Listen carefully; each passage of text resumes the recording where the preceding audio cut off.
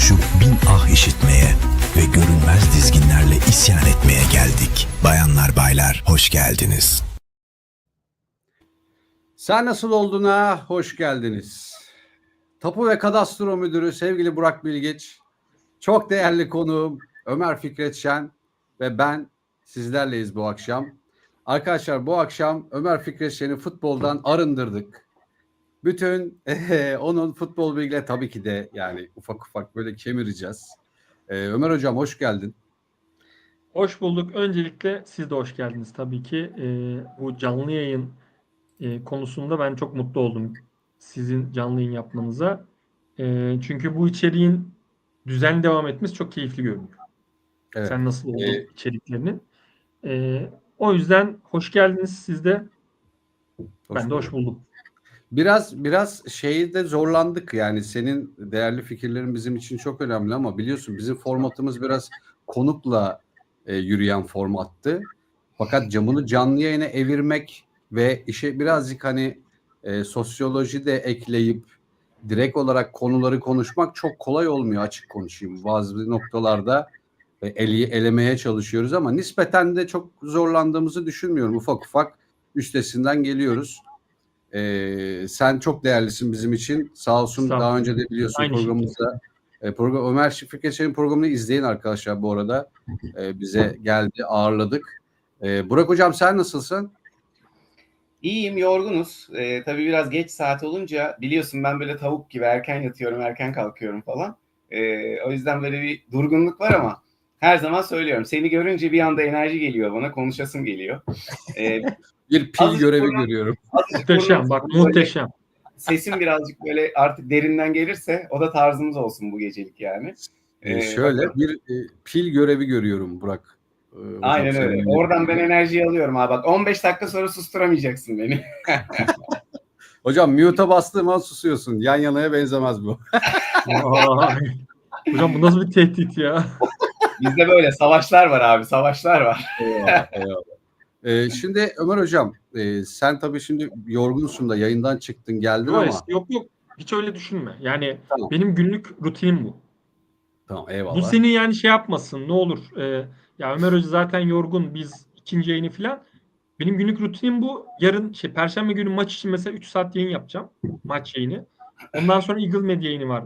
1 saat. Sonra da kendi yayınım oluyor. 6 saat yayında kalacağım mesela Perşembe günü. Çünkü artık Hocam iş olarak. bu işi hakkıyla hukukuyla yapıyorsun. Seni izlemek çok keyifli. Eyvallah.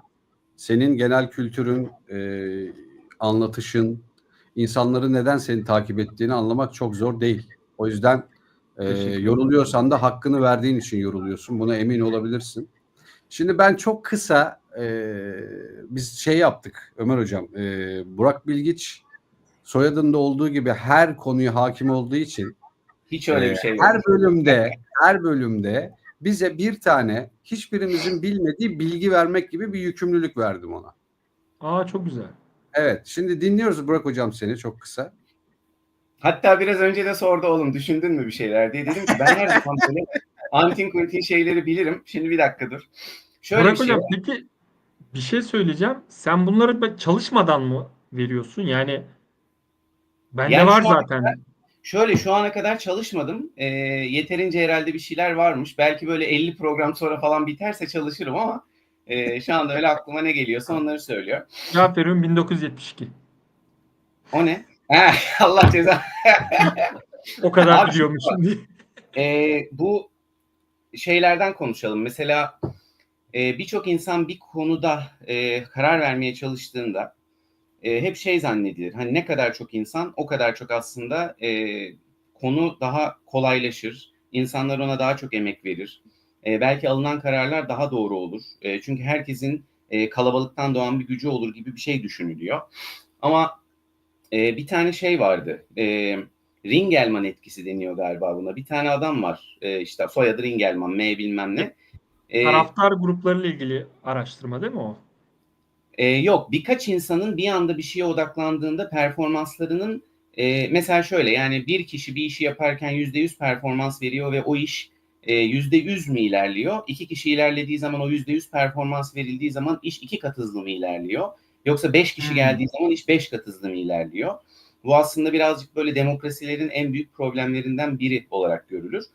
Bu adam 1913'te bir hatırladığım kadarıyla deney yapıyor.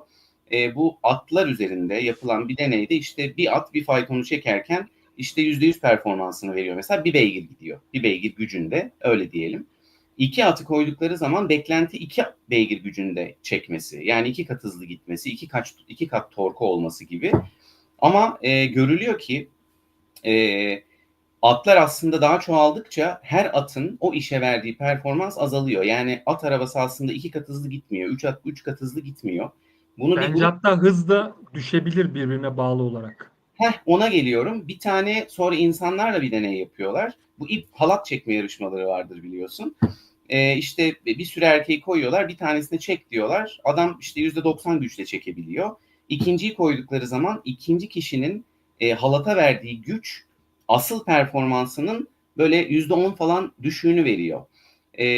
Dördüncüyü koyuyorlar, beşinciyi koyuyorlar ve işte 8 kişiyle falan bir halat çektiklerinde bir insanın hatırladığım kadarıyla verdiği performans %45'lere 47'lere falan düşüyor. Yani aslında insanların kontrol edemediğin zaman, yani ekibi koymuşsun bir yere ve her birinin ne yaptığını bireysel olarak kontrol etmezsen diğerlerinden çok şey bekledikleri için yani işi başkaları yapsın, tamam mı? Ben biraz rahat edeyim moduna düştüklerinden ötürü performansları yarıdan aşağı düşüyor. İşte demokrasi gibi çoklu yönetimlerde de aslında belki en büyük problemimiz bu karar alınamamada. Ondan sonra işlerin de birazcık düzgün gitmemesinde herkesin birbirine bakması. O yapar ya ne olacak ben hallederim sonrasında falan gibi bir mantık olabiliyor. İşte bunun adına Ringelmann etkisi deniyor bildiğim kadarıyla. Bir tane şey var mesela. Onun hemen futbolda bir örnekle karşılığını söyleyeyim mi? Süper, sevinirim. İkili defans, üçlü defanstan daha az pozisyon verir merkezde. Değil mi? Sebebi iki kişinin birbirini kontrol etmesiyle üç kişinin bağlantısı farklı. Yani üçlü oynadığında merkezde daha rahat geçiş verirsin. İkili Evet. oynadığında merkezde değil kanatlardan geçiş verirsin. Yani bu söylediğine çok yakın bir şey. Ben ama ilk Evet. başta böyle anladım. Bir araştırma ben okumuştum yine şeyle alakalı bu konu buna benzer bir konuydu. Orada şöyle bir şey diyordu. Taraftar etkisi diye bir araştırmaydı. Diyor ki bugün diyor siz 500 kişilik bir taraftar grubu gördüğünüzde siz 3 kişi bir stattasınız. Diyorsunuz ki bunlar ne barbar insanlar diyorsunuz. Ne kadar işte sıkıntılı insanlar. Bağırıyorlar, çağırıyorlar. Siz o ekibin içine girdiğinizde belli bir süre sonra o ekibin işte %10 özelliğini alıyorsunuz. Belli bir süre sonra %30, %50, %70 ve %100'e kadar gidiyor. Evet. Oraya gelecek sandım. Hani o barbarlık ve ya da benzer konularda da insan içinde bulunduğu, dahil olduğu grubun özelliklerini taşıyor. Yine aynı siyasi olarak Zaten da aynı mantığa geliyor dediğin gibi. Yani her bir topluluğun işin içinde olduğu her durumda işte futbolda biraz önce verdiğim demokrasi örneğinde atların araba çekmesinde birkaç kişinin işte ipi asılmasında ne kadar çok insan varsa ve sen onları bireysel olarak tek tek her birinin başına bir denetçi vermiyorsan performansları düşüyor. İşte bu yüzden hani şey geyiği vardır ya bir şirkette ne işi yaparsın? İşte ben 3. müdürüm, öbürü altında 2. müdür, 1. müdür bilmem ne müdür. Hepsi kimin müdürü? Çaycının müdürü. Yani aslında çoğunluğu hiçbir iş yapmaz. Çünkü tek tek birilerinin denetlemesi gerekiyor. Mesela başka bir geyik yapalım. İkinci bilgiyi verelim. Kleopatra bildiğim kadarıyla dünyanın en içkisini hazırlıyor. Pahalı içkisini hazırlıyor. İşte Marcus Antonius Roma zamanında adamla iddiaya giriyorlar. O diyor ki sen işte tamam çok zenginsin o sunmuşsun ama ne kadar pahalı bir şey sunabilirsin bana? O zaman da Kleopatra'nın bir tane böyle kocaman incisi varmış. Bardağı atıyor. İşte o içerisinde artık ne varsa ne derler ona sirke falan var herhalde şeyin içinde içtiği şeyin içinde eriyor. Eridikten sonra onu içiyor ve o incinin paha biçilemez olduğu söyleniyor. Bu da dünyanın en pahalı içkisi imiş. Yani bugün böyle 20 senelik 500 bin dolarlık 400 bin dolarlık viskiler var biliyorsun. Onlardan daha pahalı olan tek şey olduğu düşünülüyor. Onun haricinde son bir örnek verelim. 1800 küsurlarda 20 ya da 30'larda galiba. Yani tarihler yanlış olabilir kusuruma bakılmasın. Avusturya ordusu yani tarihte Napolyon'a karşı direniyor Viyana'da ve Viyana'da bir anda bir isyan çıkıyor. Tamam, bunu da şimdi birçok şeye vurabiliriz bu arada hikayemizi. İlk defa yani bu orduya karşı bir şehirdeki halk ayaklanacak. Böyle belki de savaşın tarihi değişecek yani. O anda köşede bir tane teyze var, yumurta satıyor. Diyor ki herkese bedava yumurta. Tamam. Abi millet savaşı her şeyi unutuyor. Yani yumurtanın bir isyanı yok ettiğinin nadir örneklerinden biriymiş bu da. Çok iyi. Öyle hatırlıyorum. O yüzden hani Peki. işte Türkiye'deki halkımızın da... Ben buraya bir gireyim mi? Viyana ile ilgili bir yerde gireyim. Tabii ki. Geçen ay mı Viyana'da? Geçen ay Viyana'daydım. Haziran 1,5 ay falan oldu. Orada bizim Koray Hoca var. Koray Koç. Çok değerli. O İstanbul taşındı şimdi ama diyor ki bir yere gittik diyor. Bratislava'da. İşte dağı taşı geçtik. Birçok yer geçtik. Bir kale arıyoruz diyor. Bratislava'da bir kale. Bir yerden sonra navigasyon çalışmadı diyor. Ve gideceğimiz kaleye 2 kilometre var ama navigasyon yok. Artık biz orada şeyleri böyle biraz buradan yürünmüştür, adım atılmış, işte aşınmış taş filan oradan bulduk diyor. Evet, gittik kaleye. Kalenin önünde bir yer yıkılmış diyor. Yıkılan yerde şöyle yazıyor. 1700 küsürlü yılda Osmanlı askerleri tarafından yıkılmıştır yazıyormuş. Diyor ki Koray Hocam, çok güzel bir nokta. Buna eklenti yapayım. Ya diyor, benim navigasyondan bugün bulamadığım yeri 1700 yılında nasıl buldun? İnanılmaz. Mesela. Çok acayip değil mi bu ya? Yani bugün de orası bir müze ve insanlar oraya gitmesine rağmen bulamadık diyor. 1700 yılında burayı buldum da yani buradaki yapı olduğunu, orada birilerinin olduğunu, orayı yıkma hikayesi nasıl oldu? Çok acayip bir hikaye. İnanılmaz. Abi bu Osmanlı zamanları yani çok bambaşka bir geyik yapacağım ama inanılmaz şehir efsaneleriyle mi dolu yoksa gerçekten bu insanlar acayip şeyler mi başarmışlar? Mesela biliyorsun Polonya var. Polonya'nın eski adını unuttum şimdi ama Polonya'yı Rusya işgal ediyor. Ondan sonra Polonya'da aslında biliyorsun Osmanlı'nın bir vilayeti gibi düşün. Bilirsiniz belki hikayeyi. Ve bir zaman sonra işte Osmanlı o zaman gücünü yitirmiş tabii. Diyor ki ben burayı alacağım geri. Burası benim hani memleketimin bir parçası. Sefere gidiyor ama doğal olarak yeniliyor. Akabinde Polonya bölünüyor. Ve Osmanlı'nın divanında Polonya'nın yeri hiçbir zaman doldurulmuyor. Her divan açıldığında padişah soruyor işte Polonya elçisi geldi mi? Diyor ki oradaki görevli de yoldadır diyor. Ve yaklaşık bu böyle 100 küsür, 150 küsür sene her divanda Polonya elçisi nerede, yoldadır falan. Sonra gene bunu bir yerde işte dinlediydim. Avrupa Birliği'ne alınıyor Polonya. Ve bütün işte yeni alınan devletlerin ülke başkanları çıkıyor. Diyor ki işte ben buradayım, Avrupa Birliği'ne teşekkür ederiz falan. Polonya elçisi çıktığında Polonya elçisi geldi diyor mesela. Yani hani başkanı geldi demiyor. Halen Osmanlı'nın inanılmaz bir bulunduğu yerlerde etkisi var. İnsanların ona bir vefası var.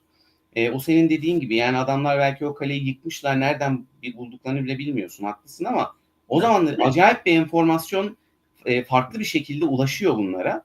Ve gerçekten de yaptığı her işi hepsi çok detaylıca yapıyor bence. Yani bugünkü gibi böyle her şey ellerinin altında olmadığı için inanılmaz çalışarak, emek vererek yaptıklarından ötürü dediğin gibi navigasyonda bulmayan şey adam belki atla küt diye buluyor. Yani önceden çalışmış çünkü. Çok haklısın. Ya Osmanlı neyse tarih dersine dönecek. Arda Hocam kızmazsa konuyu devam edeceğim. Estağfurullah.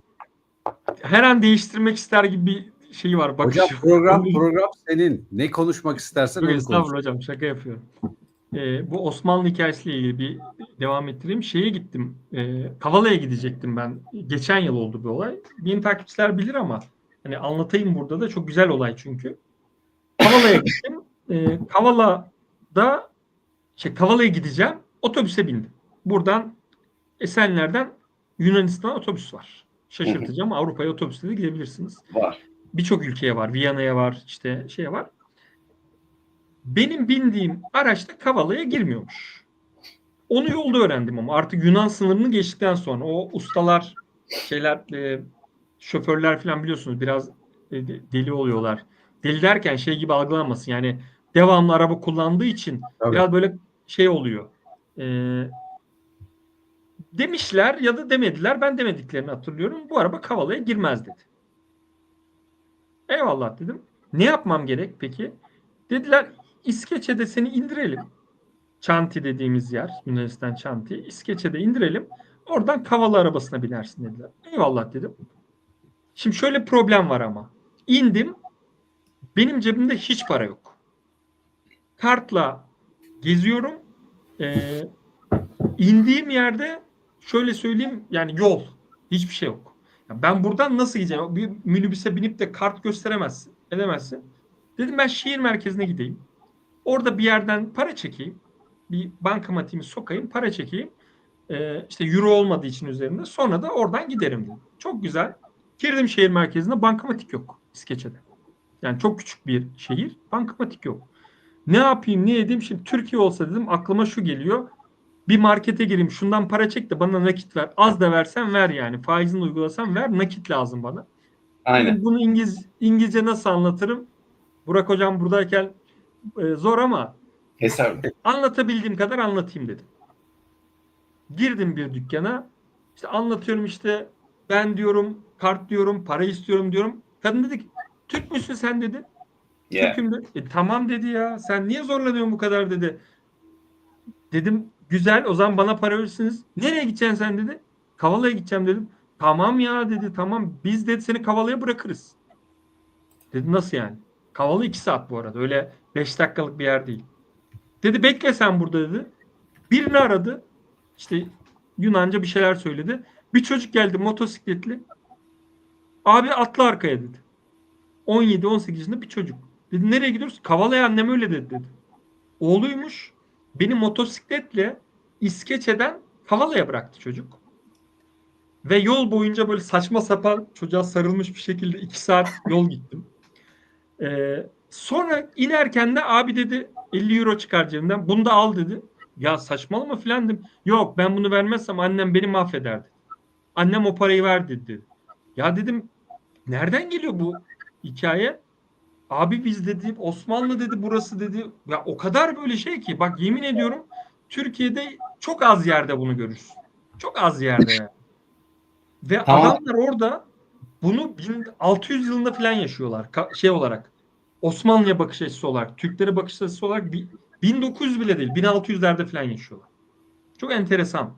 Çok doğru Yani söylüyorsun. Anadolu Onun zaten bir aslında tane temelinde Anadolu kültüründen geliyor biraz da. bir tane YouTuber var.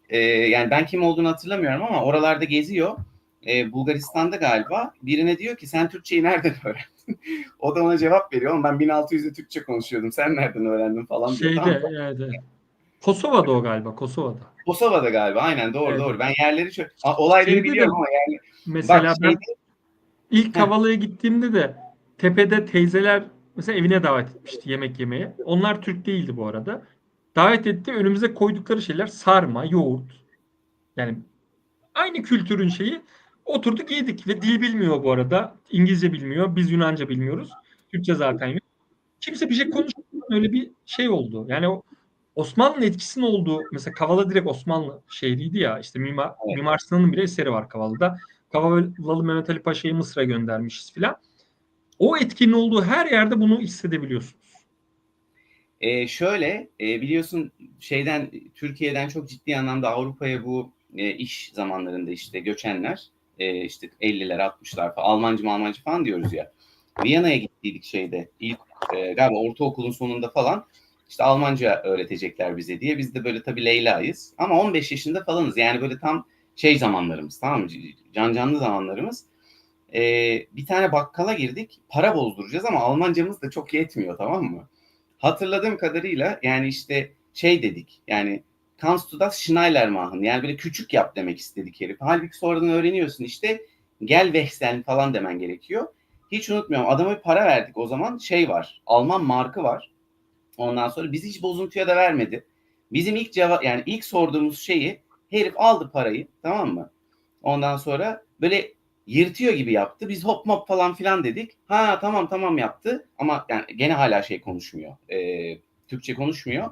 En sonunda parayı küçülttü, verdi bize. Yani bozdurdu, verdi.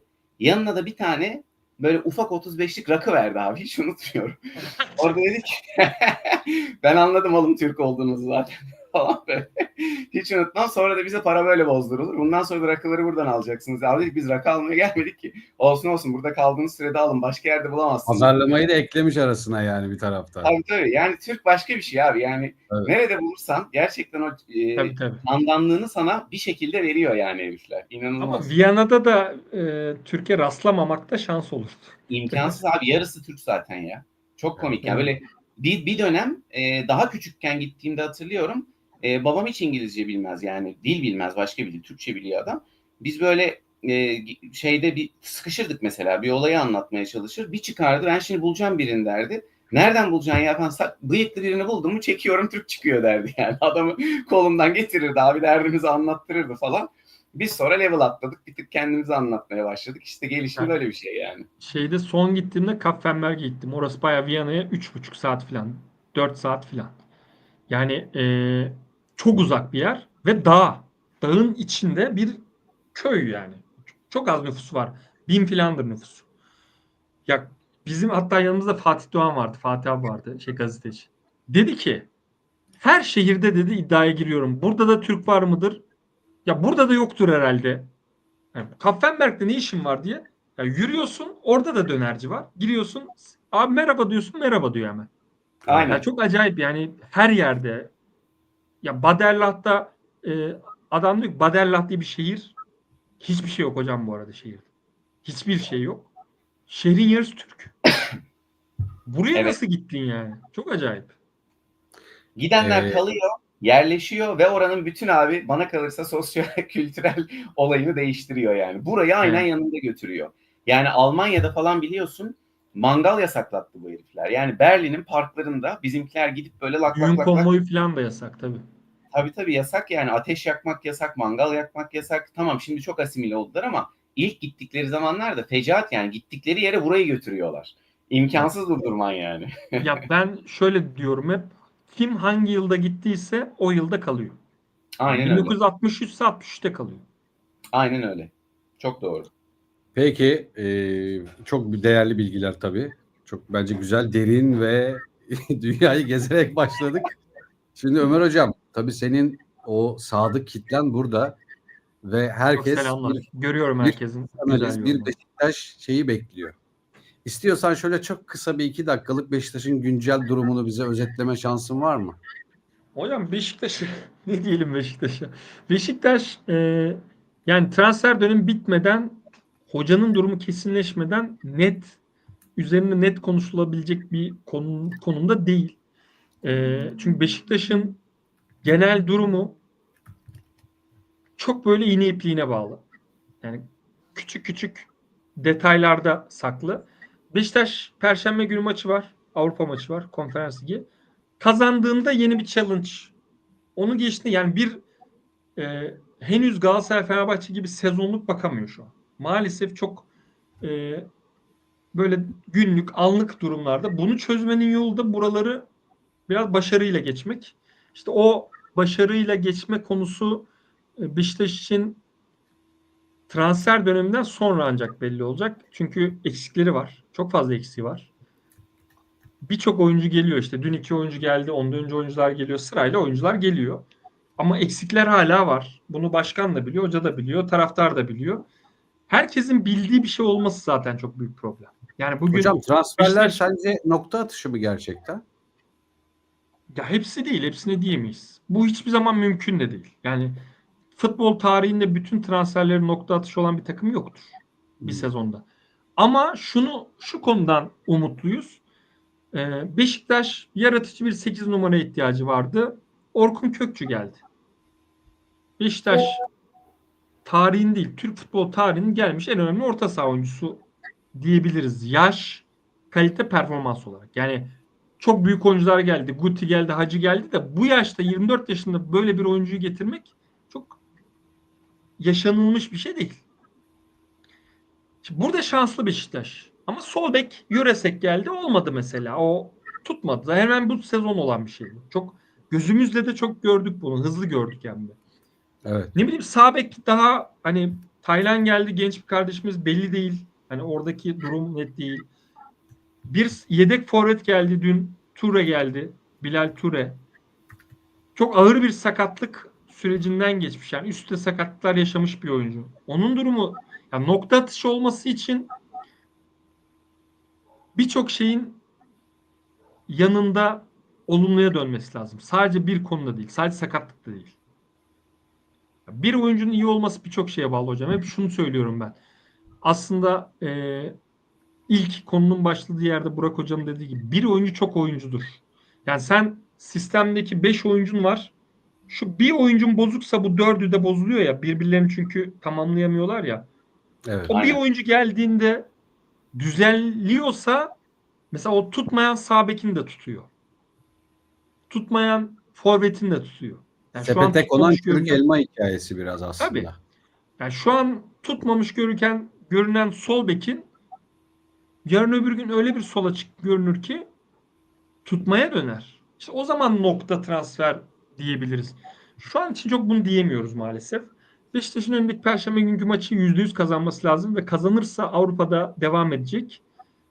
Beşiktaş'ın bu kadrosuyla en azından Avrupa'da devam etmesi gerektiğini düşünüyorum. Ben burada çok küçük bir bu arada arkadaşlar, evet biliyorum, Beşiktaş'ı konuşmak çok keyifli. Yani biz Beşiktaş'ı konuşunca rahatlıyoruz, deşarj oluyoruz ama biz bugün gerçekten Ömer Fikret Şen'in kalemini konuşmak istiyoruz. Biz bugün Ömer Fikret Şen'in diğer hayatını konuşmak istiyoruz ama ben burada bir Beşiktaşlı olarak hayatının gerçekten 3'ünü Beşiktaş'ta geçiren bir adam olarak şöyle bir yorum yapmak istiyorum. Taraftarda sönmeyen bir ateş var. Yıllardır. Yıllardır başarıya bir açlık var. Buradaki açlıktan kastım şu değil. Evet, biz zamanında çok başarılı dönemler geçirdik. 16'lar, 17'ler, 18'ler ama ondan sonrasında bize izletilen film bizi o kadar karamsarlığa götürdü ki bugün Orkun Kökçü gibi bir futbolcuyu transfer ettiğimizde bile etkisi bir maç sonra negatife dönüyor. Şimdi bu Evet. çok ciddi bir hastalık bence. Şimdi bence Beşiktaş'ın yönetimin, yani bugün en best kimse, onu bile getirsek emin olun bir maçta formsuz oynasa aynı etkiyi o da görecek. O yüzden burada biraz taraftar olarak bizim biraz sakin olmamız gerekiyor. Yani kaç tane hoca değişti ben sayamadım, artık unuttum. Ve hani taraftar görevini yapıyor mu? Evet abi, yapıyor. Ama bu hep bir beklenti, hep çok yüksek. Evet, biz Beşiktaşlıyız ve Beşiktaş'ta oynamak yürek ister. Beşiktaş hep biri oynamalıdır ama arkadaşlar, enkazı kaldırmak hiç kolay olmuyor. O enkazdan çıkmak hiç kolay olmuyor. Gelen oyuncular gitmiyor. Gidenler, affedersiniz, çuvallarla para alıp gidiyorlar. Yani şurada yürüyemeyen işte Immobile'nin gördüğünüz son maçtaki halini. Sakatlanıp çıktı gitti. Oynayamadı bile doğru düzgün. Şimdi bu hatalar işte bizim 1 yılımızı alıyor. 2 yılımızı götürüyor bizden. Hani senin yanında belki haddim değil bunları analiz etmek, konuşmak ama Estağfurullah, estağfurullah hocam. Ya futbolun güzel tarafı şu. Hiç öyle düşünme. Herkesin üzerine konuşabiliyor olması zaten güzel olan. Yani aynen. Bak bir sen ben de konuşacaksın konuşamıyorum. ki sen de mutlu olacaksın. Bir ben Hocam konuşamıyorum. hariç. Çünkü futbolu nerede bırakmışım biliyor musun? Sergen'in, hatırlıyorum bak, o zamanlar takip ederdim. Birazcık güldüreyim herkesi diye şey yapıyorum. Sergen'in bir şeyi vardı. Biri ona topu atıyor antrenmanda galiba. O da diyor ki top bana gelirse olmaz diyor. Top bana gelirse benim işime karışmış olur diyor. Tamam mı? Bana top atmayın falan diyor böyle. Yani Sergen Yalçın gibi adamların böyle zamanında inanılmaz komik karakterlerin olduğu zamanlarda takip ediyordum. O kadar kopum ki olayda. Sizleri çok Hocam bu böyle gönül meselesi ya. Futbolu dinliyorum. sevmek artı takımını sevmek, bu biraz gönül meselesi. Yani senin yaptığın şeyleri sevmek nasılsa hobilerin, işte futbolda gerçek anlamda biraz genetik de hobidir. Hani bir baba Futbolu futbolu çok çok seviyorum. severse çocuğuna da sirayet ediyor gibi gibi. Bu arada Yani futbolu çok severim. Sadece şöyle, yani o kadar çok güncel şey takip ediyorum ki işim ve ilgi alanım da olmadığı için evet. işte isimler yok, yoksa yani birçok konuda tarihinden bilmem nesinden acizane bilgilerim vardır ama şu andaki olayları Bu arada şey mesela yazmış Yusuf Özkaya, Sergen de kopuk mevzudan abi, problem değil. yani kimse benimle maç izlemeyi sevmez. Çünkü ben her gole seviniyorum. Yani öbürü de atsa seviniyorum, bu da atsa seviniyorum. Benim için pozisyon önemli. Benim için orada olan işte yani akıl önemli oradaki. Hangi takım Hocam yaptığı sen dünyanın hacı yatmazısın. Tam ortasında duran Eyvallah. adamsın. Yani nereye Allah dönerse dönsün aynı yerde duruyorsun. Allah razı olsun. Peki şimdi bu arada 182 kişi izliyor bizi. Arkadaşlar biz çok yeni bir programız. O yüzden 182 kişi bizim için çok değerli. Abone olursanız çok seviniriz. Beğenirseniz yayınımızı çok seviniriz. Şimdi hocam sen bana göre, bence bana göre değil tabii ki de öyle ama benim en azından bu hayatı bildiğim için, medya sektörünü, kreatif sektörleri bildiğim için sen Türkiye'de ki iyi yazarlardan bir tanesisin. Eyvallah. Bunu Estağfurullah. off the Teşekkür record söylüyorum. Dahil olduğum projeler, ya bunları tabii ki her yerde anlatmıyorsun ama en azından merak edenler girip bulabilirler Ömer Fikret Şen'in kaleminin nerelerde olduğunu. Şimdi biz hep hani bunu daha önce de konuştuk ama hep işin biraz hangi meslek olursa olsun sosyolojik tarafından değinmek istiyoruz. Kimsenin görmediği pencereleri açmak istiyoruz. Evet, mimarlık çok elit bir iş ama çok zorlukları var ve bunu ancak mimar olan bilir ya. Biz mimar olmayanların da bilmesini istiyoruz bu zorlukları. O yüzden ben senden kısaca, yani kısaca derken istediğin kadar konuş tabii ki. Sen yazar olmaktan mutlu musun? Ve Türkiye'de yazarlık ne kadar yapılabiliyor? Bunun içerisine çevre, para faktörü ne kadar etkili değil? Ben bir senden dinlemek istiyorum bunu. Hocam öncelikle çok mutluyum. Yani bunu bir kenara koyalım. Mutsuz olduğum konular vardır ama yazar olmaktan çok mutluyum çünkü kendimi hep böyle tanımladım. Yani çocukluğumdan beri tanımım buydu. Futbol oynadım. Futbol oynarken de yazar diyordum. Ne bileyim şu an YouTube'da program yapıyorum. Murat Alpatlı hocama çok selam olsun bu arada. İspanya'da, Selam Barcelona'da olsun. yaşıyor. Çok değerli bir Beşiktaşlı abim. Çok selamlar olsun. Çok selam olsun. İşte futbol oynuyorum, yazar diyorum. Reklam şirketim vardı, kendi şirketim vardı ama kendime yazar diyordum. Hiç reklam şirketi sahibiyim demiyordum mesela. Şimdi bu kendime işte son Doğan Holding'de çalışıyordum. Ne iş yapıyorsun dediklerinde yazar diyordum. Yazarım diyordum.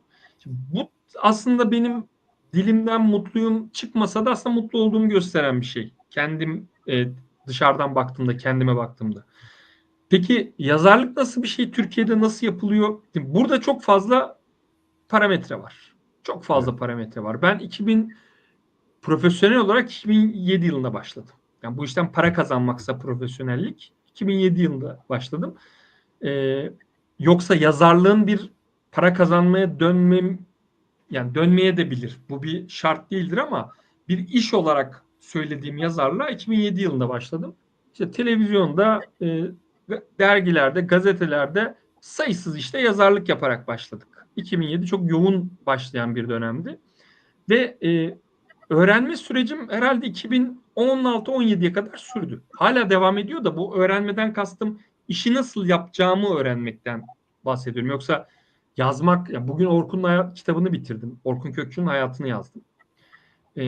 Yazdığım en zor kitaplardan biri oldu. Gerçekten her satırında yazarken böyle duygulandım. Öyle Neden söyleyeyim. zor oldu? Çünkü hayatımda denk gelmeyeceğim kadar Beşiktaşlı bir adamı yazdım. Hayatımda denk gelmeyeceğim kadar. Şöyle söyleyeyim, birkaç örnekle hemen bunu açayım. Kendimize Beşiktaşlı diyoruz bir yerlerden. Beşiktaşlıyız. İşte dedik hayatımın 4'te 3'ü Beşiktaş. İşte Burak hocam da başka bakıyor. Daha böyle futbol odaklı bakıyor. Takım odaklı değil. Böyle birçok konuda şey yapıyoruz. Burak hocam dondu mu bu arada? Hocam dondu bu arada. Birazdan düzelir. Dondu, evet. Şimdi Galiba benim sesim geliyor mu peki? Geliyor şu an geliyor. Şu an bize Şu an hareket Sesim yapsan geliyor mu? göremezsin. Görüntün Beni gitti bir atın galiba. geri alın bakayım. Tamam. Burak hocam gelsin mi, öyle mi devam edelim? Evet şu an. Hocam düzeldin. Süper. Hoş geldin hocam. Düzeldin mi? Evet Bence güzel. internette bir Acaba? problem var. Bir ağır İnternetinde geliyor bir gibi. problem var. İstiyorsan bir kapatıp Ben açacağım hala- senin internetini. Evet bir ağırsın hocam. Beşiktaş'ın defans hattı Tamam. gibisin. Ben geri geleceğim. Bir 5 dakika mola. Tamam. Ben şu an tekrar çıkarıyorum hocam seni. Evet hocam sen devam edebilirsin. Ne konuşuyorduk evet. Yok şaka yapıyorum tabii. Yani Orkun Kökçü'nün hayatında şöyle garip şeyler var. Kitabı yakında çıkacak. Alanlar daha detaylı okuyacak ama çok fazla anı var ama ben bir ikisinden bahsedeyim. Bilinen şeyler de var ama ya bu çocuk Feyenoord'a transfer oluyor. İdman'a Beşiktaş formasıyla gidiyor. Hocam Hollanda'nın en büyük takımlarından birine gidiyorsun. Adama sorarlar ya sen deli misin Beşiktaş formasıyla gidiyorsun?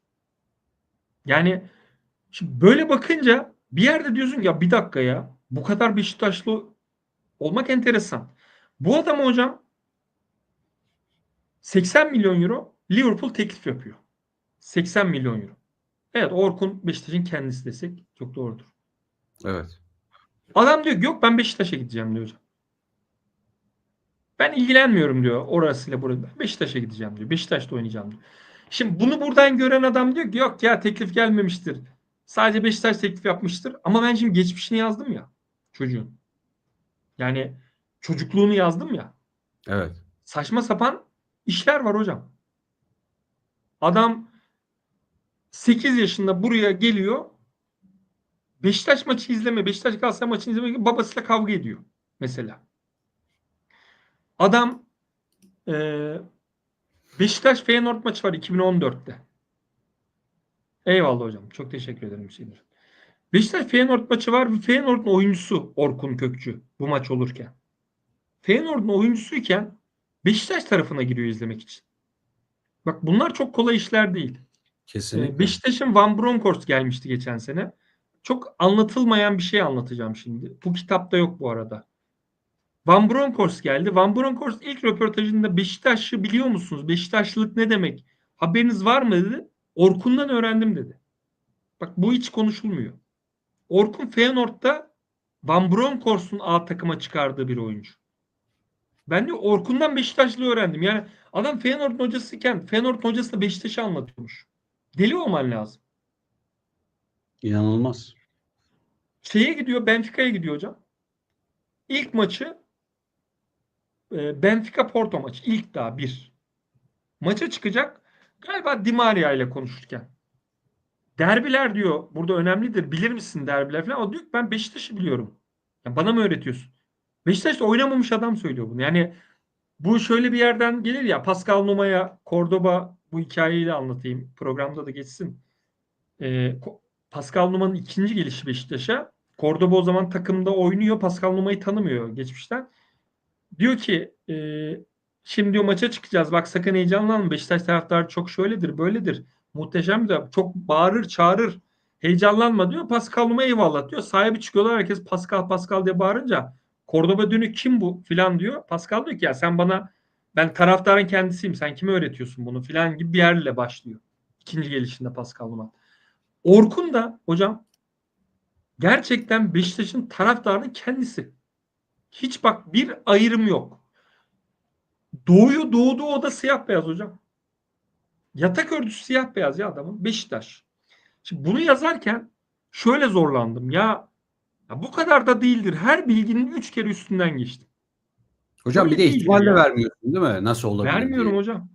Tabii. Böyle de değildir. Ya Feyenoord idmanına da Beşiktaş formasıyla gitmemiştir. Biraz abartıdır.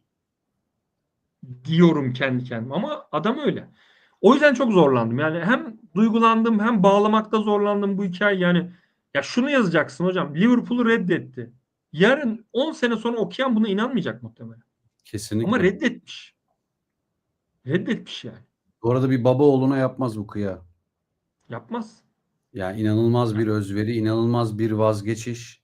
Yani ben şey Hocam merak ediyorum orada. Orkun kaç senedir milli takımda başladı bizde oynuyor? tam o hikayeyi anlatacaktım ben. Ha tamam okey. 2020'de başladı Orkun. İlk Ümit Milli maçı 2019'un sonu olması lazım. Hollanda U19 milli takımın kaptanı Orkun Kökçü. U19 milli takımın kaptanı. Yani bu kendi kariyer açısından gelebileceği en üst Feyenoord'da oynamak falan değil. Milli takım kaptanı olmuş. U19'da. Hollanda'da oturuyorlar hocam. Harlem'deler.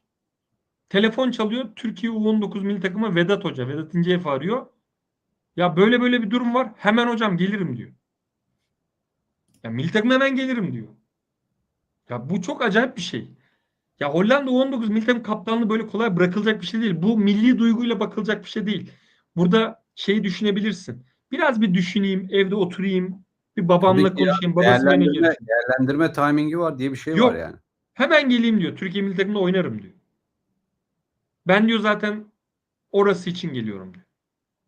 Ama hedef ne biliyor musun? Bunların hepsinin hedef Beşiktaş hocam. Evet. Hepsinde hayal, hedef Beşiktaş. Çok acayip. İşte o İnanılmaz. yüzden biraz zorlandım. Ve ya zorlanma derken mesela Ölümün Yalan Yüzünde yazmadan önce 40 kitap okumuştum aşağı yukarı. Geldin hocam. Hoş geldin. Geldim ama galiba gene böyle azıcık kopuk muyum bilemiyorum ya. Kusura bakmayın. Bir böyle Yo, şu an görüntü iyi. hocam ara ara takılıyor ama sesinde Evet. bir problem yok galiba. Okey, peki. Hocam bu arada çok güzel bir nokta. Yani ben Orkun'un kitabını bu arada yani Rafa'nın kitabını hatırlıyorsan bana verdiğinde uzun süre sonra okuduğum ilk kitaplardan bir tanesiydi. Ya Eyvallah. açık konuşayım hani bir şey gibi. Ben mesela daha kısa kitapları çok severim. Tüketmesi kolay, hazmetmesi de çok keyifli oluyor bu arada. O kadar güzel dile getirmişsin ki oradaki hikaye. Yani ben o Portekiz'in kirli sokaklarını gördüm okurken. Yani bu mesela ben Gol filmini çok severim. Gol 1 ve Gol 2. Hani bu arada izlemeyen varsa kesin izleyin arkadaşlar. Evet eski bir filmdir. Dijital platformlarda falan var mı bilmiyorum ama bir yerden bulursunuz. Yani bir futbolcunun nasıl işte Brezilya favelalarından işte Leicester City'ye yanlış hatırlıyorum ya Newcastle ya Leicester'dı şimdi yanlış hatırlıyor da olabilirim. Oradan Real Madrid macerası yani futbolcu olmak kolay değil.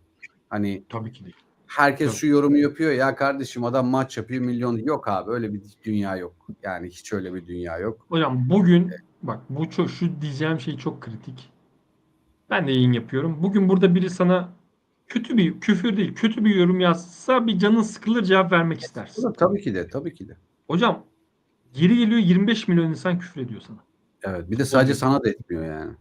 Tabii yani futbolculuğun para getirdiği olay zaten bunun bir endüstri haline gelmesi ve bunun satıyor olması. Bu satıyorken de sen bir futbolcu olarak aslında o yıpranmayı çok net yaşıyorsun.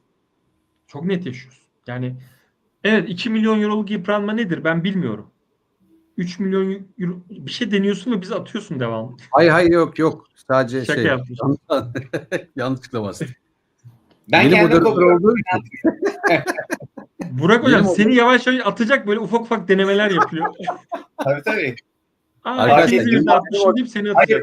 Hayır baktı benim futbolla alakam yok. Bu ne arıyor burada dedi. Bunu böyle arada bir yok edeyim ben Yok dedi. arkadaşlar yeni moderatörüm. Sisteme yeni alışıyorum o yüzden kusura bakmayın. Estağfurullah hocam. Eyvallah. Yani bu arada benim moderatörlerimden biri Yusuf da burada. Demiş ki 25 yaşındayım tekte futbol sahasında boydan boya koşamam. Ben mesela Evet. hep şunu söylüyorum. Çok fazla bana şu mesaj geliyor. Abi işte bugün kimi diyeyim? Umut Meraş en beğenilmeyen oyuncu. Ya onun yaptığını ben yaparım abi ya. Ya kardeşim 800 bin euro alıyor. Niye yapmıyorsunuz ama? Evet kesinlikle. Yıllık 800 bin euro kazanıyor adam. Yani böyleyse bu iş yapın. Madem öyle. Bu kadar kolaysa. Abi oraya çıktıktan sonra oynamak kolay. Oraya çıkabilmek için işte ne aşamalardan geçiyor? Sen o aşamadan geçmeden oraya çıkabileceğini sanıyorsun. O aşamalar da adamlar 10 binlerce futbolcuyu eliyorlar. Umut Meraş eliyor da geliyor. Şu an kötü oynamış olabilir filan ama öyle değil o iş. Sen oraya gelene kadar kaç sakatlık yaşayacaksın, kaç kavga edeceksin, kaç dayak yiyeceksin, kaç ailen kaç defa seni oradan almak isteyecek, kaç da oyuncu, kaç hoca seni istemeyecek takımında gönderecek. Bir sürü hikaye var. Öyle kolay değil ya. Abi Gerçekten. bu sadece futbolla alakalı bir mesele değil ki. İnsanlar birçok kişinin arkasından dediğin gibi yani hem küfürler hem işte bu adam burada ne yapıyor ki bunu buraya getirmişler ama ben zaten onun yaptığı işi yaparım gibi böyle yorumlar her sektörde yapıyor. Yani siz futbolu da yakından takip ediyorsunuz. Benim takip ettiğim bu başka kanallarda da baktığın zaman insanların bir yere gelmesi için inanılmaz emekler vermesi gerekiyor. Yani bir adam oraya oturmuş birileri de onu dinliyorsa beğeniyorsun beğenmiyorsun çok önemli değil. Bu adamın geçmişinde ciddi bir emek var yani. Yani eğitim emeği var. Dediğin gibi futbolcular ne zorluklardan geçiyor. Küçücükten başlamıştır, altyapılarda yetişmiştir. Kendini bir kişiye beğendirmek için belki 100 tane maça çıkmıştır. O maçlardan birinde birisi ona denk gelmiştir. Bu mesela Amerikan basketbolunda çok vardır. Yani bir tane kişi gelip onu böyle gözlemleyecek diye insanlar hayatlarını bilmemlerini bırakıyorlar. Adını hatırlamıyorum, bak gerçek hikayedir. Galiba babası ölüyor sabahında. Çocuğun öğleden sonra gözetleyecek onu biri geleceği için maça çıkıp oradan şu anda NBA'de oynamaya başladıktan sonra bunun hikayesini anlattığını biliyorum ben. Yani herkesin ciddi bir emek verdiğini bu insanların bilmesi lazım. Konuşabilirsiniz arkasından, beğenmiyor da olabilirsiniz ama saygı çerçevesini bozarsanız siz aslında ahlaksızlık yapıyorsunuz onun verdiği emeklere karşı. Tamamen katılıyorum sana yani. Kesinlikle Ömer. Bu biraz toplumsal, burada şöyle bir yorum yapabilirim. Eski zamanlarda gladyatörler arenaya çıktığı zaman onları izleyenlerin gladyatörlere köle muamelesi yaptığı dönemleri biliyorsunuz. Yani o aslanları atın, öldürün. Aslında o gladyatör orada oturan herkese hizmet etmek aracılığıyla oradadır. Evet. Bir şey izletir. Şimdi Onlar profesyonel günümüz hayat gladyatörleridir derler zaten bu arada. aynen öyle. Şimdi günümüz futbolunda ya da şimdi ben müzisyenim arkadaşlar mesela. Şimdi derler ki abi ben çok güzel şarkı söylüyorum. Bir tutayım bakayım mikrofon, söyleyebilecek misin? Ya da bir çık bakalım 10 kişinin karşısına, söyleyebilecek misin? Ya ben mesela DJ'lik yaptığım dönem bana şey diyorlardı. Ya ne yapıyorsun ki 2 tane tuşa basıyorsun. Buyurun hocam 500 kişinin 1000 kişinin karşısına bir çık bakalım. Basabilecek misin o tuşa? Sesin çıkacak mı? Şimdi davulun sesi uzaktan her şeye hoş geliyor. Ya bugün Türkiye'de mal olmuş sanatçılarımızın bir geçmişine baktığı zaman kimse altın kaşıkla doğup oralara gelmemiş. Aynen öyle. Yazar hiçbir sanatçı, yani bugün işte Müslüm Gürses'e bakıyorsunuz, Zeki Müren'e bakıyorsunuz. Hani aklıma gelenleri söylüyorum bu arada. Yani devlet adamları da öyle, siyaseti bilen insanlar ama hep zorluklarla gelmişler. Tabii, Peki hocam hiçbir şey Türkiye'de kolay değil. yani aynen öyle. Çok zor. O yüzden konuşurken de birazcık hani bizim kendi içimizde ben çok hani haddini bilme kelimesini çok kullanmayı sevmiyorum ama birazcık konuşurken de ağzımızdan çıkan kelimelere dikkat etmek lazım. Nasıl olsa herkes söylüyor deyip o yanlışın peşine gitmek de çok doğru değil. Yani en azından benim şahsi fikrim bu. Peki hocam sen şimdi yazarlık tarafında tabii ki orası daha kapalı kutu devam ediyor futbola nazaran ama orada neler yapıyorsun? Var mı? Yeni şeylerde göreceğiz mi projelerini? Tabii var. Ya şöyle, zaten Kasım ayında bir filmim vizyona girecek. Halihazırda yazdığım bir film. Onun dışında bir dizi planındayım. Bir de bir 3 filmlik anlaşma imzalamanın ucundayım. O daha olmadı ama bakalım, çok şey yapmak istemiyorum. Onun dışında bir komedi kitabı yazıyorum. İlk defa hayatımda bir mizah hikayesi yazıyorum. Şakalı bir hikaye yazıyorum. Çatı isimli bir hikaye yazıyorum. İsmini söyleyeyim. Kitabın adı Çatı olacak. Muhtemelen Eylül ayında o da bitmiş olur diye düşünüyorum. Çünkü ben aslında sektöre mizah yazarı olarak başladım. Yani olacak bu kadar koca kafalar gırgır dergisi derken aslında hep mizah yazıyordum. O dönem özellikle. O yüzden baktım ben mizah üzerine hiçbir şey öğretmemişim. Yani komedi filmi de öğrettim. Arap Kadri komik bir filmdi. İşte Sıfır komik bir filmdi. Kuklalı Köşk yaş grubuna göre komik bir filmdi. Şimdi Zatonya mesela, Disney'e yazdığımız çizgi film inanılmaz komikti bence.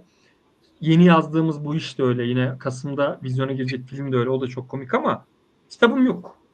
Ama mizah ya da komedi üzerine bir kitap üretmek de çok kolay değil. Çok teşekkür Hocam ben ederim. bir basit adamım, Ömer Hoca'yı görürsem tıklarım demiş. Estağfurullah, estağfurullah. Parti Sağ olun. kur oy verelim modunda. Bu arada Yani mizah üzerine bir şey yazmak bana kalırsa yani birçok yazı türünden çok çok daha zor bir şey. Çünkü kime göre mizah? Yani bazısına göre gülünç olan bir şey bazısı için çok itici olabiliyor. O yüzden hani yaptığın yani ortaya koyacağın kitaptan sonra alacağın negatif bazen geri dönüşler pozitiflerden daha fazla olabilir. Bunu yapmakta cesaret ister yani. Kutlarım seni. Yani evet. Ya bu aslında şöyle, çok bildiğim bir yerden yazacağım. Kendi hikayemi yazacağım. O yüzden çok rahatım bu mizahta. Yani %100 katılıyorum ama gerçek hikaye mizahta genelde işler. Hikayem komik, içeriğini de komik yazmaya çalışacağım. Ama burada şu dediğin çok önemli. Yani okurken şu an bile değil. Yani 12 sene sonra, 17 sene sonra böyle falan diyecekler muhtemelen. Evet, evet. Yani çünkü o mizah o anda bir mizah olabiliyor. 5 sene sonra bu mizahtan çıkmış olabiliyor. Bir de aslında böyle şey kırıcı gibi olmasın ama ben mesela dünya çapında yazılmış bir mizahın hiçbir zaman dünya klasiklerine girdiğini görmedim. Bunun bir sebebi olduğuna inanıyorum. Nacizane bir tespitim. Sen de yani çok değer verdiğin bir yazar olarak doğru mudur değil midir? Lütfen söyle. Sanki bir dilde yazılan mizah başka bir dile çevrildiği zaman mizahlığını kaybediyor ya. O yüzden dünyaya yayılamıyor gibi görüyorum. Yani çok başka böyle kitaplar çeviriyorum ara ara. Onlarda da görüyorum mesela. Adam mizah yazmamış. Yani bambaşka bir hikaye yazmış. Onu bile aynısını başka dile çevirmek çok zorken bir dilde olan mizahı başka bir dile çevirmek imkansız gibi. Sanki o yüzden böyle dünya çapında çok meşhur olmuş bir mizah klasiği yok gibi. O yüzden hani yazarken şöyle. belki beynel milen şeyler yazarsan seni dünya çapında bir mizahçı olarak ileride görebiliriz yani. Nacizane Ya yorum. aslında şöyle hocam, biraz o dönemlerin mizahıyla da ilişkili bir durum var. Bence Fareler ve İnsanlar çok komik bir kitap mesela. Hı hı. Yani oradaki hikaye işte George muydu o ikinci karakterin adı? Onun hikayesi çok komiktir aslında. Finali de acı bitiyor ama o mesela o dönemin mizahı olabilir. Evet. Yazılırken biraz öyle yazılmış olabilir. Ya da ne bileyim bir dünya klasiğine dönmedi ama Saatleri Ayarlama Enstitüsü hala okuduğumda böyle çok e, Doğru. kitaplar bunlar. Bunları yazmak, evet günümüzde hala gülmüyoruz ama okuduğunda da bir insanda bir his oluşturuyor ya. Aslında Evet. biraz derdim o. Çünkü bugün kendi hikayemi yazmak, yaşanılmış bir şey yazmak, bir stand-up gösterisi yazmaktan çok daha aktarılabilir bir şey Doğru. geleceğe. Bugün 99 yılı Cem Yılmaz'ı izlediğinde ya bir dakika bunu bugün Twitter'da herkes yapıyor bu şakayı diyorsun. Bu Evet. nedir diyorsun. Ama Peki bir şey 2025 soracağım. gösterisine gidince Cem Yılmaz'ın da değiştiğini görüyorsun. Tamamen öyle. Yazarlıkla ilgili bir şey soracağım. Şimdi mesela Tolstoy bildiğim kadarıyla böyle 150-200 tane kadar falan kitap yazmış bu adam. Hepsini bilmeyiz değil mi? Yani çok böyle kilit olanları biliriz. İşte ne bileyim Anna Karenina'yı biliriz, Diriliş'i biliriz falan filan.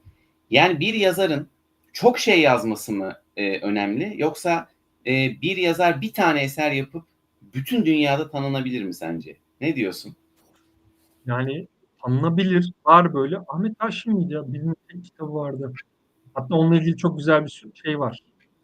Ee, neyse oraya girmiyorum. Kanalı Ay bu kapatayım. şey gibi mi oluyor? Mesela bir sürü yazıyorsun, denemeler gibi oluyor. Sonra bir tanesinde bombayı patlatıyor musun? Yoksa Aslında öyle değil bence.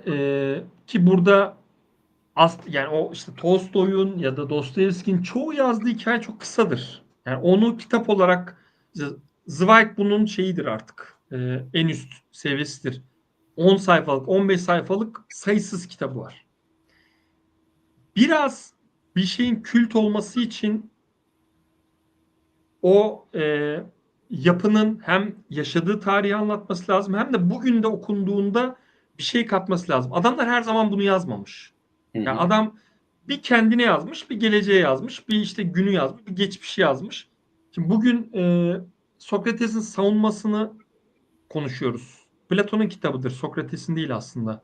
Hep aynen. hani Sokrates'in bir şeyi var gibi ama Sokrates'in kayıtlı bir Bir şey şey yok. yok aslında. Platon'un. Evet, Platon Platon yazıyor. kaydetmiştir. Ama Platon'un 30 küsür kitabı var.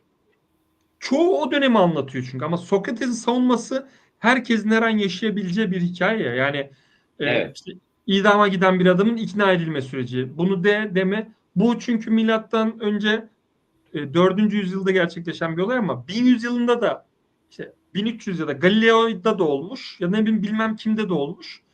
Bu çok böyle benzer hikayeler devam etmiş ama Sokrates bir savunma yapmış. Herkes bugün onu kullanıyor. Biraz onunla alakalı bence.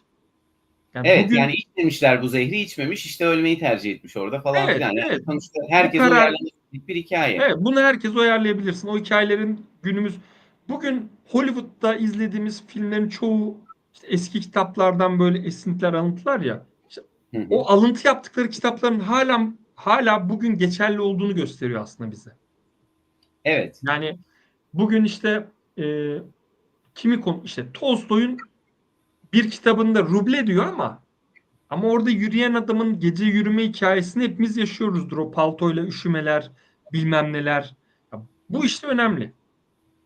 İşte o zaman Buraya aslında peki bu adam bunu düşünerek mi, yani bu ileride de böyle bir herkes tarafından anlaşılsın, her dönemde bir yerini bulsun gibi düşünerek mi yazıyor?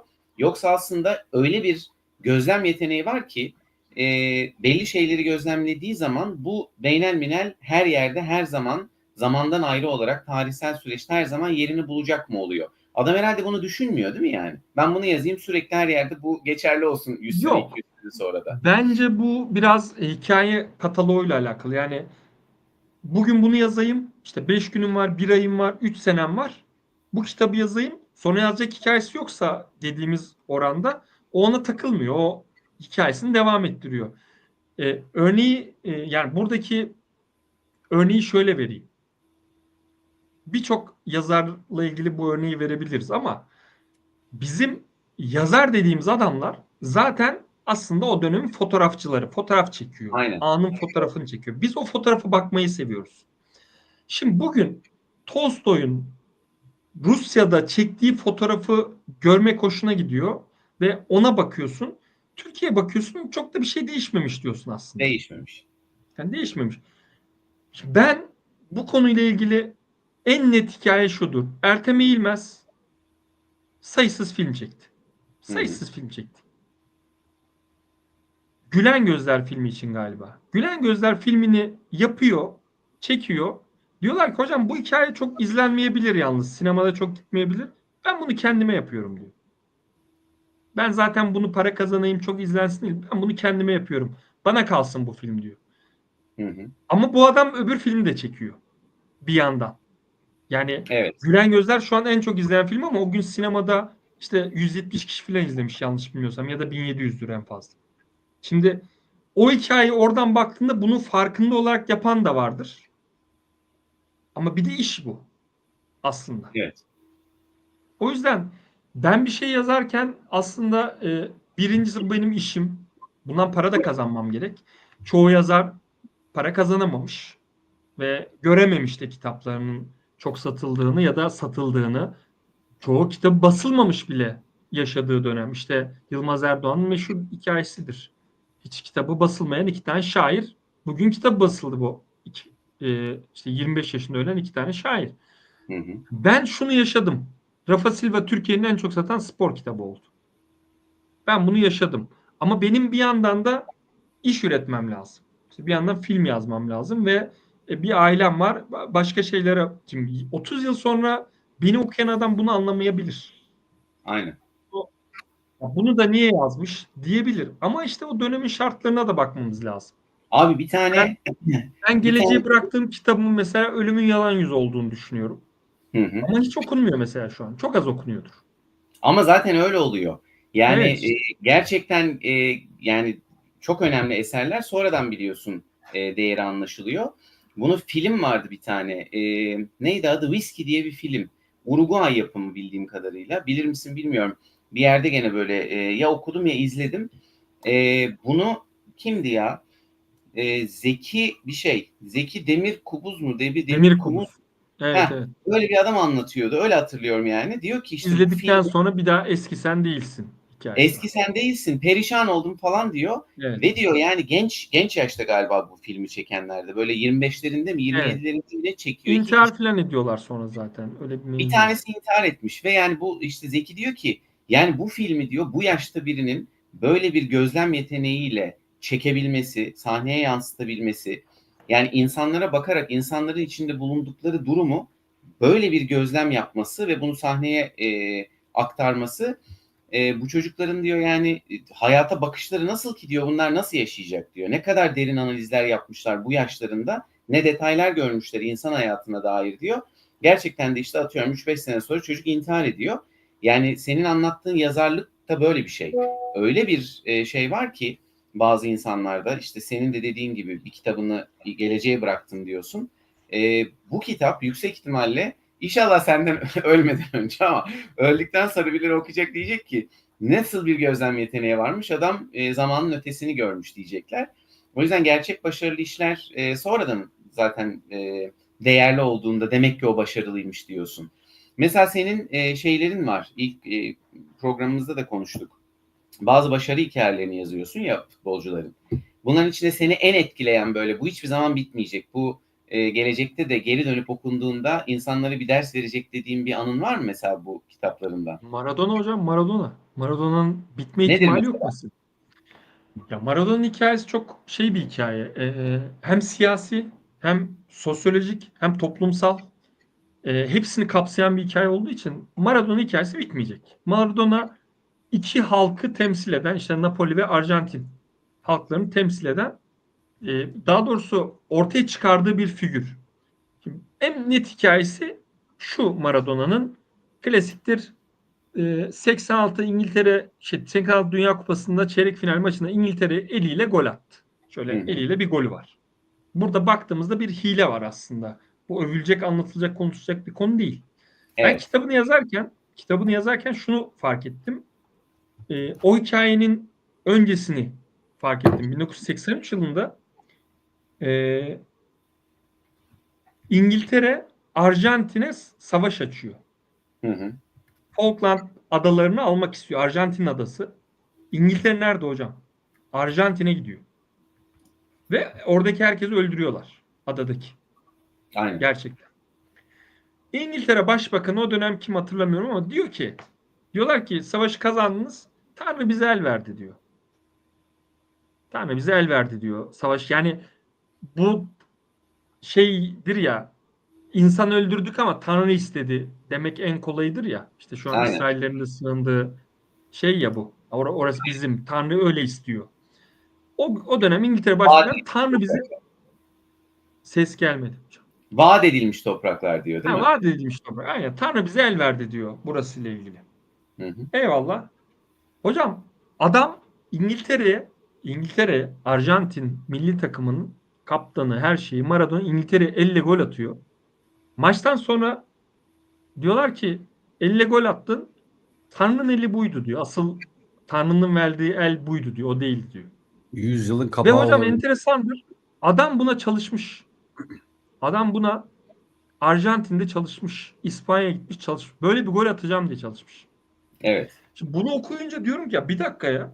Çok başka bir hikaye. Bu futbolculuk değil. Bu baya bir toplumun, e, yenilmiş bir toplumun çok basit bir hareketle galibiyete döndürme. Evet. Ve o Maradona daha sonra Barcelona'ya gidiyor. Hikayedir zaten. Barcelona'da oynuyor. Bugün Bilbao kasabı diye bir söz var. Bilbao kasabı derler İspanya'da, işte çok sert olurlar o kasaplar falan diye. O söz de Maradona'nın ayağını kıran Atletik Bilbao'lulara atfedilmiş bir söz aslında. Adamlar diyor ki maça çıkmadan önce biz maça çıkacağız bugün diyor. Yarın diyor. Gazetede haber bu. O maçta diyor Maradona'nın ayağını kıracağız diyor. Bugün bir futbolcu bunu söyleyebilir mi? Söyleyemez. Evet. Yarın Maradona'nın ayağını kıracağız diyor. Maça çıkıyorlar ve kırıyorlar hocam. 6 tane baldırına tekme alıyor. 7. de bileği kırılıyor. Şimdi başka bir adam yani bu. Yani bu adamın sadece futbolla anlatamayız. Adamın siyasi bir karşılığı var, toplumsal karşılığı var, dini karşılığı var, çok enteresan. Napoli'de bayağı adama tapan insanlar var. Hı hı. Hocam bir Şimdi yerde milli mücadele yani baktığında. adam sonra diyor ki bak bacağını kırıyorlar, 8 ay top oynayamıyor, dönüyor. Ben bu Bilbao'ları döveceğim diyor. Maça çıkıyor. O da gazetede ve kavga ediyorlar. Yani o mücadelesini hiç bırakmıyor hocam. Napoli taraftarı, başkanı geliyor. Maradona artık Barcelona hikayesi bitmiş. Başarısız olmuş kısacası. Ama hala dünyanın en iyi futbolcusu. Yani başarısızlığı onun öyle bir başarısızlık değil. Yani 40 gol bekliyorlar, 20 atıyorum. Evet. Napoli başkanı diyor ki seni diyor istiyoruz diyor. Yani parası yetmez diyor. Napoli'nin, yani öyle diyorlar. Napoli'nin parası yetmez diyorlar. Yani Maradona'yı almaya. Bütün Napoliler hocam biz cebimizdeki parayı veririz diyor. Yeter ki gelsin. Yeter ki gelsin. Bu arada Napoli şu an değil ama o dönemler İtalya'nın bayağı e, aşağı görülen bir şehri. Hı hı hı. Yani toplum olarak Napolileri çok aşağıda görüyorlar. Napoli'nin tarihinde hiç şampiyonluk yok Maradona gidene kadar. Maradona diyor ki, bir dakika ya, burada diyor bir şehir demek beni istiyor diyor. Yani futbolu falan geçtim, benim bu insanlarla birlikte olmam lazım diyor. Gidiyor Maradona'ya. Evet. Maradona 14. sırada Napoli 14. sırada Maradona gittiği sezon. Napoli şampiyon oluyor hocam. 2 kere hem de Maradona'yla. 2 kere şampiyon oluyor. Şimdi bugün Napoli'ye git, her yerde Maradona'nın fotoğrafı vardır. Resim vardır. Adamlar futbol değil, adamların derdi bu arada.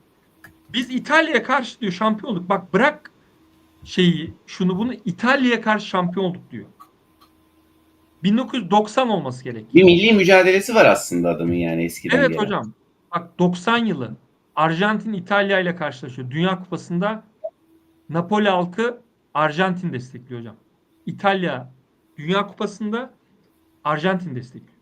Hı hı. Ya bu olmuş bir şey mi ya? Daha önce olmuş bir şey mi? Yani İnanılmaz bir bir Peki sana bir şey soracağım. Yani şimdi Buyurun. futbolcunun özelinde, Maradona özelinden aslında bir celebrity diyelim buna, değil mi? Çok ünlü bir figür o Tabii. zaman için. Ve bir nevi siyaset yapıyor. Yani bir şey savunuyor, değil mi? Sahalarda savunuyor, sözde savunuyor Tabii. falan filan. Yani bunun gibi böyle birçok aslında sanatçı var dünyada. İşte siyasete el atan. Türkiye'de de var biliyorsun. Bir zamanlar işte akil insanlar olarak çıktılar, bir taraf tuttular falan. Doğrudur yanlıştır konuşmuyoruz burada kesinlikle. Yani sanatçıların siyaset içinde bir taraf tutmaları sence doğru mu? Ya da aslında çok mu doğru? Yani gerçekten inanılmaz kitleleri sürükleyebilecek güce sahip bu insanlar. Bazen böyle masaya yumruğunu vurup hani bir şey değiştirmek için ortaya atılmalı mı? İşte bir Arnold Schwarzenegger var, değil mi? Herif yani nereden nereye bir sürü hikayeler yapıyor. Adam gidiyor işte vali oluyor Kaliforniya'da falan. Ne bileyim işte Clint Eastwood var. O da bir aralar Kaliforniya'da biliyorsun belediye başkanı oluyor. O tarafları bildiğim için oradan örnek veriyorum. Bir sürü var bunun örneği. Yani bu adamların çıkıp bunu yapması doğru mu? Sence yanlış mı, yoksa daha mı çok yapılmalı? Ya orada ben Ölümün Yalan Yüzü kitabında bunu çok uzun uzun açıkladım aslında. Ben şöyle düşünüyorum. Hiçbir insanın partisi, grubu ya da ne bileyim bir kesime aidiyet yoktur bence. İnsanın Hı. fikirleri vardır. Yani bugün solcuyum diyen insan solculuğun bütünüyle %100 eşleşemez. Kesinlikle. Herhangi bir partiye bağlı bir insan o partinin bütün fikirleriyle %100 eşleşemez. Bu artık biraz ticarete giriyor. Yani ticaret derken paradan kastım para değil. Bir topluluğa ait olmak sana ayrı bir şey katıyor. Unvan katıyor ve orada sosyal olarak bir yere ait hissediyorsun. Ama hocam bu bir insanın doğalında bence yok. Yani her sanatçının fikri olmalı. Zaten sanatçılık da bunu anlatır. Ama bir sanatçının hadi ben gideyim partiye kayıt olayım demesi bana çok saçma geliyor. Ama Çünkü fikirlerini bir yerde savunmak için de yer tabii bulmalı. ki, tabii ki. Ama orada işte şöyle bir şey var. 5 gün sonra o partinin yaptıkların senin sanatçı olduğun için bir kere aynı yerde olmayacaksın. Aynen %100. öyle. Kesinlikle. Yani kastım o. Yoksa konu zaten partizanlık olduğu için bizim ülkede de bu çok maalesef çok AK Parti üzerinde söylemiyorum. Çok tek adamcılık. Yani Evet, evet. futbol kulüplerinde de öyle, işte CHP'de de öyle, belediyelerde de öyle. Ya bugün git herhangi bir kuruma git, devlet kurumuna git. Orada da tek adamcılık var. Yani Aynen. çok böyle olduğu için işte bunu bir yere ait olduğunda asıl savunamıyorsun. Yani Evet. savunduğunu göründüğün şey aslında kaybettiğin onlarca fikir de bir Katılıyorum. yandan. Bak şunu Ben de bir yapmak kitap lazım. yazdım bununla ilgili. Yapabildiğim bu. Ölümün Yalan Yüzü tamamen bunu anlatıyor. Ya çok basittir ama örneği oradan vereceğim. Motorcular çok kötü kullanıyor. Ya o motorcu sensin diyorum o kitapta aslında. Yani bir hikayenin içinde. Motorcular kötü kullanıyor diye bir şey diyemezsin hocam. O Evet. motorcu araba da kullanıyor çünkü. O motorcu toplumda sensin aslında. Ama biz o kadar toplumsal olayları yanlış değerlendiriyoruz ki Türkiye'de insanlar birçok şey yanlış yapıyor diyebiliriz. Ama motorcular kötü kullanıyor. İşte kadın sürücüler kötü kullanıyor. Ya da ne bileyim kahve içenler şöyledir, çay içenler böyledir. Hep bu genellemelerden başımızı yaktığımız için bence sanatçının bir genellemenin içinde olmaması gerekiyor. Bir genellemenin tarafı olmaması gerekiyor diye düşünüyorum. Yani şu olabilir, ben hep bunu anlatıyorum. Siyasette de aslında yanlış yapılan şu, dediğin gibi insanlar bir partiyi ya da bir kişiyi, sanatçılar da aynı şekilde siyasete girdiğinde onu takip ediyor. Halbuki yapılması gereken şu, senin bir duruşun olur. Dersin ki ben bu taraftayım. Bu taraf nedir ama bir siyasi partinin durduğu taraf değildir bu. Bu taraf senin ülkenle ilgili bazı değerlerini savunma durumundur. Tabii ki. İşte dinle ilgili varsa böyle bir duruşun, onunla ilgili bir değeri savunma durumundur ve sen dersin ki ben ve ekibim bu değerleri savunuyoruz. Şimdi bu değerleri nerede savunabilirim? Bana kim böyle bir yol açıyor? A partisi der ki gel abi bak biz seninle %80'de buluşuyoruz. Hadi sen burada savun. B partisi der ki sen burada savun. Yapılan aslında dediğin gibi çok çok doğru bir şey değindin. İnsanlar başkalarından medet umduğu için onları takip ediyor. Halbuki sen olsan savunduğun şeyi kendi başına doğru bir şekilde savunacağını biliyorsan o zaman birisi gelir sana der ki abi bak senin savunduğun şey doğru zaten. Bizde de ek olarak bunlar var. İster katıl ister katılma ama %60 aynı yerde şey yapıyoruz. Sen o zaman siyaset de yaparsın. Sen o zaman işte yazı da yazarsın, film de çekersin. Birine bağlılığın olmaması lazım. Tavrın olması lazım. Böyle olursan da her tarafta yer bulursun diye düşünüyorum. Sana tamamen katılıyorum yani. Sen Eyvallah. olacaksın. Senin peşinden koşsun yani. Hatta konunun en başında konuştuğumuz yazarlar niye bazı kitapları hala biliniyor? Mesela Platon Devlet kitabı şu yüzden biliniyor. Bugün bu konuyu 2400 yıl önce aynen böyle açıklamış aslında. Aynen Mesela öyle. bu çok güzel bir örnek. Doğru. Tam da bu konuyla ilgili çok güzel şeyler var içinde. Doğru. Çok teşekkür Tamamen ederim. katılıyorum. Ömer Hocam senin yayının var. Evet. Zaten Ama tam bir bir daha saat. yapalım. Tamam, süper. Ya şöyle ben çok küçük bir bilgi vereyim bizi izleyen dostlarımız için de. Arkadaşlar biz burada bir çadır oluşturmayı istiyoruz. Nedir bu çadır? Tabii ki ana haber bülteni gibi değil ama her sektörden, her meslekten meslek erbaplarımız, bu işe emek vermiş, bu işe gönül vermiş insanları bu çatı altında toplayıp her yayında size gerçekten hani başka pencereden bilgiler vermek istiyoruz. Başka taraftan bir şeyler anlatmak istiyoruz. İşin bu tarafında, kalem tarafında, yazarlık tarafında ve bir başka pencerede futbol tarafında bizim için Ömer Fikret Şen baş tacıdır. Çok isterim daha da uzun konuşmak ama kendisi başka bir yayına geçecek. O yüzden üzülerek son sözü ona bırakmak istiyorum ben. Bir de tekrar söylüyorum arkadaşlar abone olursanız, beğenirseniz yayını çok sevinirim. Siz ne kadar beğenirseniz biz o kadar öne çıkıyoruz. Gerçekten bunlar bizim için çok değerli. Ömer Hocam son söz sende. En kısa zamanda daha boş ve geniş özellikle 15 gün milyarı olacak. Orada yani yer ayırırsanız yine ben de çok seve Program seve senin keyifle hocam. Ne gelirim. zaman istersen. Dükkan senin. Eyvallah hocam. Çok sağ olasınız. Geldik. Çok keyifliydi. İyi ki gelmişiz. Çok teşekkür ediyorum Burak hocama da. Valla hoş Sana da geldin. hocam. Ben ilk başta ne dedim? Çok böyle yorgun olsam da Arda dedim bana enerjiyi veriyor ama seninle de konuşmaya başlayınca ipin ucu böyle her Eyvallah yere hocam. gidiyor. Onu da çok seviyorum. O yüzden lütfen Aynı tekrar gel. Teşekkür ediyoruz. Burak Hocam Keyifli, senin de keyifli. ağzına sağlık. Ömer Hocam senin de. Çok teşekkür ederiz bizi izlediğiniz için arkadaşlar. Bir sonraki canlı yayında görüşmek üzere. Kendinize iyi bakın. İyi akşamlar diliyorum. İyi akşamlar. Hoşçakalın.